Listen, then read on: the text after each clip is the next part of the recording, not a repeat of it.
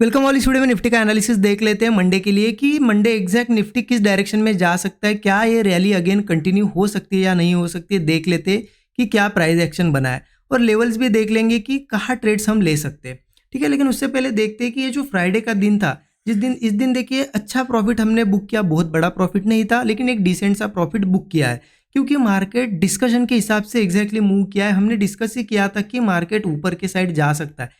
क्यों डिस्कस किया था? क्योंकि वेडनेसडे देखिए इतनी बड़ी रैली आई थी, तो क्लियर इसी दिन के बाद मैंने आपको बताया था कि फ्राइडे मार्केट ये रैली कंटिन्यू कर सकता है, क्योंकि ये रैली में बहुत स्ट्रेंथ थी और डेली चार्ट पे ऊपर एक गैप की लेवल थी, वो गैप फिलिंग मार्केट करेगा और मार्केट ने वही किया। ओपन हुआ और ओपनिंग से ऊपर के साइड ही आया है। ये जो गैप इन लेवल्स के आसपास थी वो फिल कर दी। ठीक है, अब देखिए इस दिन मैंने ट्रेड कहाँ प्लान किया, मैं आपको एक्सप्लेन करता हूँ सो दैट आपको लर्निंग मिले इससे कुछ कि कहाँ प्लान किया, कैसे मैनेज किए ट्रेड्स मैंने, और मैं दिखा भी दूंगा आपको टाइमिंग के साथ, क्योंकि मैंने वो ट्रेड शेयर भी किए थे। मैं आपको दिखाता हूँ सबसे पहले ट्रेड कहाँ लिया। पहली बात तो देखिए 5 मिनट चार्ट ओपन है यहाँ पे। मार्केट मॉर्निंग में ओपन हुआ और यहाँ सस्टेन कर रहा था, तो क्लियर था कि ऊपर जाएगा। मेरा व्यू तो क्लियर ही था कि ऊपर के लिए ट्रेड लेना है। तो यहाँ से मुझे एक ब्रेकआउट दिखा, मैंने यहाँ पे ब्रेकआउट पे ट्रेड लिया। मार्केट ने एक अच्छा मोमेंटम दिया, यहाँ पे मुझे 1:3 के ऊपर टारगेट मिला। मैं बुक भी कर सकता था चाहे तो, लेकिन मेरा टारगेट कहीं ना कहीं इस गैप फिलिंग का था, इसीलिए मैं यहाँ पे ट्रेड बुक नहीं कर पाया।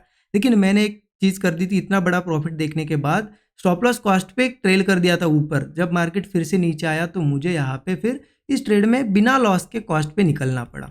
मार्केट ने फिर क्या किया था, यहाँ एक बार नीचे आया, एक बार ऊपर जाने की कोशिश, फिर से सेलिंग ट्राई की, लेकिन इसके बाद भी सस्टेन किया। देखिए अगर गिरना होता यहाँ से या यहाँ से गिर जाता, लेकिन सस्टेन कर रहा था तो क्लियर था कि ये एक अच्छा बॉटम है, यहाँ से ऊपर निकलेगा। फिर से मैंने इस ब्रेकआउट पे ट्रेड प्लान किया और यहाँ पे जब ये ऊपर आया ना इस लेवल के पास, तो मुझे फिर से इसी लेवल पे, मार्केट पहले गया था उसी लेवल पे आया तो फिर से वैसा ही प्रॉफिट दिख रहा था। तो इस बार मैंने रिस्क नहीं लिया, क्योंकि हमें हमेशा हमारा गोल नहीं भूलना चाहिए कि मार्केट में हम ट्रेड किस लिए कर रहे हैं, कि प्रॉफिट मिले, कुछ ना कुछ यहाँ से हम गेन करें। और अगर हमें बार बार दिख रहा है कि एक बार फेल हो गया था वो ट्रेड, तो फिर अच्छा प्रॉफिट दिखने के बाद कुछ तो प्रॉफिट हमें सिक्योर कर लेना चाहिए। तो इसलिए मैंने यहाँ पे कुछ क्वांटिटी बुक की और बाकी क्वांटिटी ये बड़े टारगेट के लिए रख दी और स्टॉप लॉस फिर ट्रेल कर दिया था कॉस्ट पे बची हुई क्वांटिटी का। मतलब आज मेरा प्रॉफिट ये वाला तो हो गया था, सिंपल था। ठीक है, और बाकी का क्वांटिटी बची थी। मार्केट फिर ऊपर आया, यहाँ भी अच्छा प्रॉफिट दिख रहा था, लेकिन मैं बीच में नहीं निकल सकता था, क्योंकि मेरा टारगेट था कि कहीं ना कहीं ये ब्रेकआउट आएगा। वो आया भी ब्रेकआउट, लेकिन कब आया? 2:30-3 बजे के आसपास। और मार्केट देखिए फिर मैं वेट ही कर रहा था, मार्केट फिर से नीचे आया। अब यहाँ पे मुझे फिर से उसने कॉस्ट पे निकाल दिया, तो अच्छा हुआ मैंने यहाँ पे कुछ प्रॉफिट बुक कर लिया, तो वही आज मेरे पास प्रॉफिट बचा। ठीक है, अब देखिए एक चीज़ मैं यहाँ कर सकता था, होप पे बैठे रह सकता था, क्योंकि मुझे क्लियर था कि ऊपर आएगा। उस ट्रेड से मैं अटैच हो जा सकता था, क्योंकि गलतियाँ यही करते हैं ना बिगिनर क्या करते हैं, देखिए समझिए थोड़ा सा।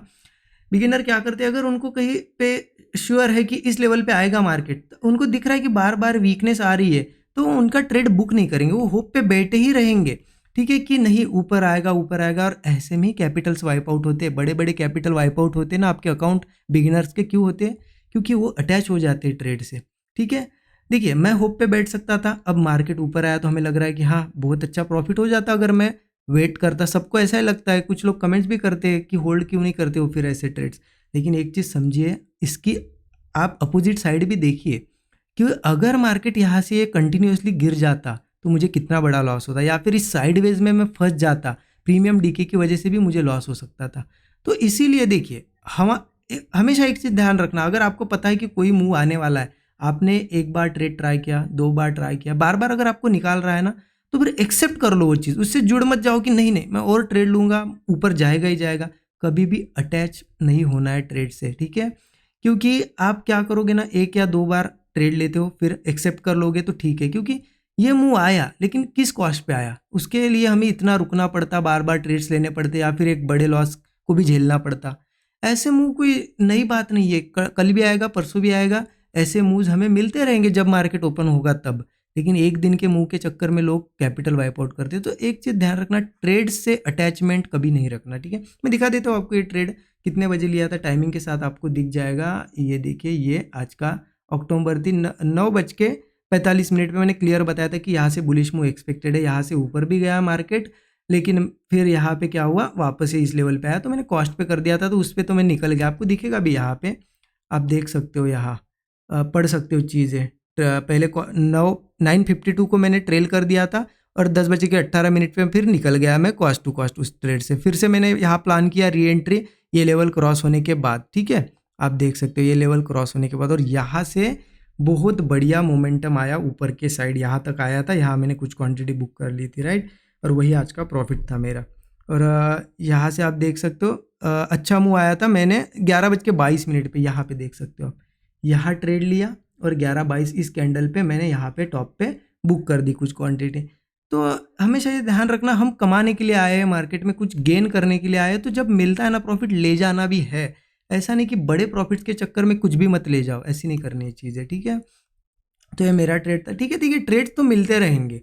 आज मिला, ठीक है, आज छोटा प्रॉफिट हुआ, जब मार्केट गिर रहा था तो हमने देखिए एक दिन पहले भी हमने वेडनेसडे भी एक अच्छा बड़ा प्रॉफिट यहाँ पे कैच किया सेंसेक्स में, ये बहुत बड़ा प्रॉफिट था, ठीक है। उससे पहले भी आप देखो जब मार्केट गिर रहा था ना, तब आप देख सकते हो, देखिए यहाँ से हमने ब्रेकडाउन कैच किया था, ये मूव कैच किया था, उससे एक दिन पहले भी देखिए ये ब्रेकडाउन कैच किया था।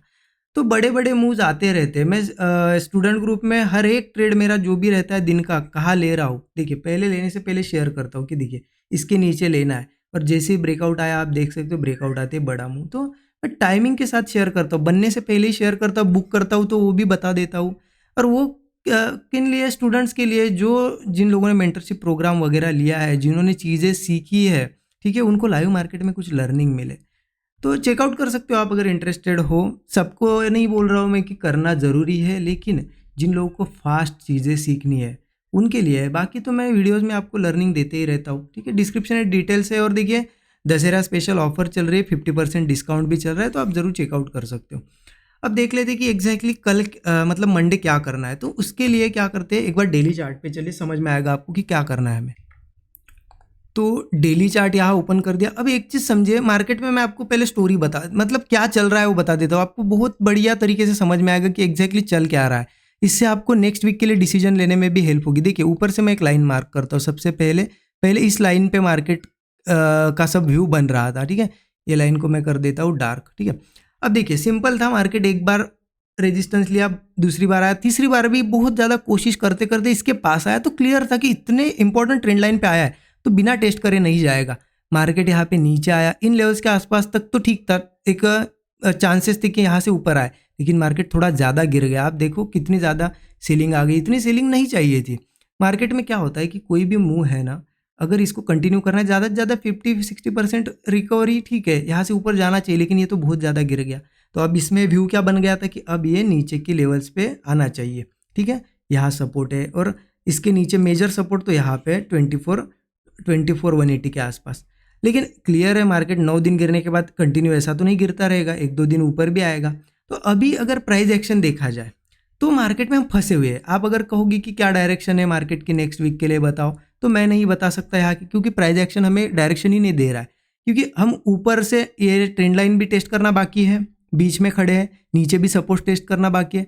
अब डायरेक्शन कब क्लियर होगी, जब ये अगेन ऊपर आएगा थोड़ा इन लेवल्स के, मतलब इस मूव का फिर से 50-60% ऊपर आ जाएगा, तो क्लियर होगा कि अब ये ऊपर जाएगा। या फिर से इन लेवल्स के आसपास ट्रेड करने लगे तो क्लियर हो जाएगा कि अब ब्रेकडाउन आएगा।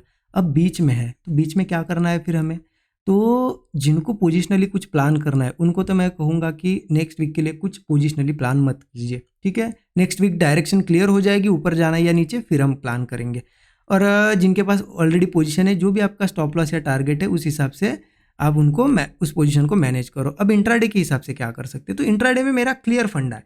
ये अगर यहाँ से ऊपर जाता है, एक और ग्रीन कैंडल बनती है, तो मैं उसको कैच करने के लिए भी रेडी हूँ। अगर यहाँ से कोई सेलिंग आती है, क्योंकि यहाँ एक गैप थी जो हमने डिस्कस किया था, वो फिल हो गई है आज के दिन, मतलब फ्राइडे के दिन। अब यहाँ से अगर नीचे भी आता है तो मैं इसको भी कैच करने के लिए रेडी हूँ। मतलब आप समझिए मैं कॉल साइड या पुट साइड दोनों साइड के ट्रेड के लिए रेडी हूँ। बस मैं सेंटीमेंट देखने वाला हूँ मंडे की कौन से बनते हैं, मैं आपको बता देता हूँ कैसे देखना है वो भी। उसके लिए चलो 15 मिनट चार्ट पे आपको क्लियर मैं समझाता हूँ। देखिए अभी के लिए जो मैं देख पा रहा हूँ ना, मार्केट जिस तरह से, निफ्टी में तो मुझे क्लियर नहीं दिख रहा है, लेकिन बैंक निफ्टी जैसे मैंने देखा था चार्ट, बैंक निफ्टी के हिसाब से मुझे लग रहा है बैंक निफ्टी अभी 55,600 के आसपास है। तो बैंक निफ्टी में जो रेजिस्टेंस है 55,700 के आसपास है। तो इतना क्लियर है कि बैंक निफ्टी थोड़ा ऊपर जाने वाला है। तो निफ्टी तो रुका नहीं रहेगा, निफ्टी भी ऊपर जाएगा, लेकिन सीधा गैप अप नहीं होना चाहिए, फिर गड़बड़ हो जाएगी। मार्केट में एक क्लियर है कि थोड़ा ऊपर जाने के लिए अभी भी मार्केट थोड़ा सा रेडी है। तो मार्केट फ्लैट या गैप डाउन हो तो अच्छा होगा, मतलब इन्हीं लेवल्स के आसपास ओपन हो, थोड़ा रिट्रेसमेंट दिखाए और होल्ड कर जाए, ऐसा सपोर्ट बनाए और ब्रेकआउट बनाए। मैं कॉल लेने के लिए रेडी हूँ। ठीक है, ऊपर का एक जो भी टारगेट मिलेगा 1:3 या 1:4 वो हम कैच करने की कोशिश करेंगे, क्योंकि बैंक निफ्टी 55,700 तक आएगा, तब तक एक निफ्टी भी मूव कर जाएगा। तो बैंक निफ्टी का थोड़ा रेफरेंस लेके ट्रेड करिए मंडे, क्योंकि निफ्टी में डायरेक्शन क्लियर नहीं है। ठीक है, ये तो हो गया क्लियर। अब मार्केट अगर गैप अप होता है तो क्या होगा? मान लो गैप अप हो भी गया मार्केट सीधा सीधा ऊपर और बैंक निफ्टी 55,700 के आसपास, तो थोड़ा देखिए, क्योंकि हमें प्राइस एक्शन देखना पड़ेगा क्या कर रहा है। अगर गैप अप के बाद रिट्रेसमेंट करता है और फिर से सपोर्ट बनाता है और बार बार उसी सपोर्ट को होल्ड करता है और ब्रेकआउट देता है, तो मैं इस रैली के साथ जाने के लिए तैयार हूँ, मैं बुलिश ट्रेड प्लान करूँगा। ठीक है, लेकिन वही अगर गैप अप के बाद मान लो गैप अप हुआ, मार्केट थोड़ा सा रिट्रेसमेंट किया और बार बार सपोर्ट्स के पास ही आ रहा है, सपोर्ट ब्रेक करने की कोशिश कर रहा है, तो फिर हम थोड़ा सेल साइड भी जा सकते हैं।